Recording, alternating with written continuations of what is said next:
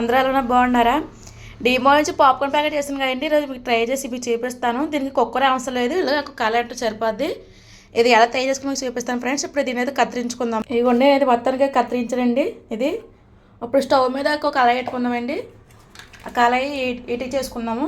చిన్న మంట పెట్టుకోవాలి, పెద్ద మంట పెట్టుకోవద్దు, సిమ్లో పెట్టుకోవాలి. ఈ పాప్కార్న్ ప్యాకెట్లో అన్నీ ఉంటాయండి. ఆయిల్ ఉంటుంది, బటర్ ఉంటుంది, మసాలా ఉంటుంది, పాప్కార్న్ ఉంటాయి. ఈ ఇప్పుడు స్టవ్ మీద కలర్లో వేసుకుందామండి. ఇవి డైరెక్ట్గా వేసుకోవచ్చు. ఇదిగోండి నేను డైరెక్ట్గా వేసుకుంటున్నాను.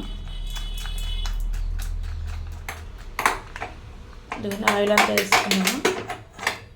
ఇప్పుడు దీన్ని ఒక 5 నిమిషాలు కలుపుకుందామండి. పైపై కలుపుకుందాము. కలుపుకున్న తర్వాత వెంటనే మూత వేసుకోవాలి. ఇలా దగ్గరగా అన్నీ పోగొట్టుకుందామండి. ఇప్పుడు దీని మూత పెట్టుకుందాము. ఇలా మూత పెట్టాను. ఇవి ఒక 5 నిమిషాలు అయిపోతాయండి. పాప్కార్న్ 5 నిమిషాలు అయిపోయిందండి. స్టవ్ ఆపేసుకొని ఇప్పుడు పాప్కార్న్ చూద్దాం. అయిపోయింది లేదా ఇవ్వండి. మొత్తానికి అయితే అయిపోయి ఫ్రెండ్స్. ఈ వీడియో నచ్చితే ఒక లైక్ చేయండి ఫ్రెండ్స్. బాయ్.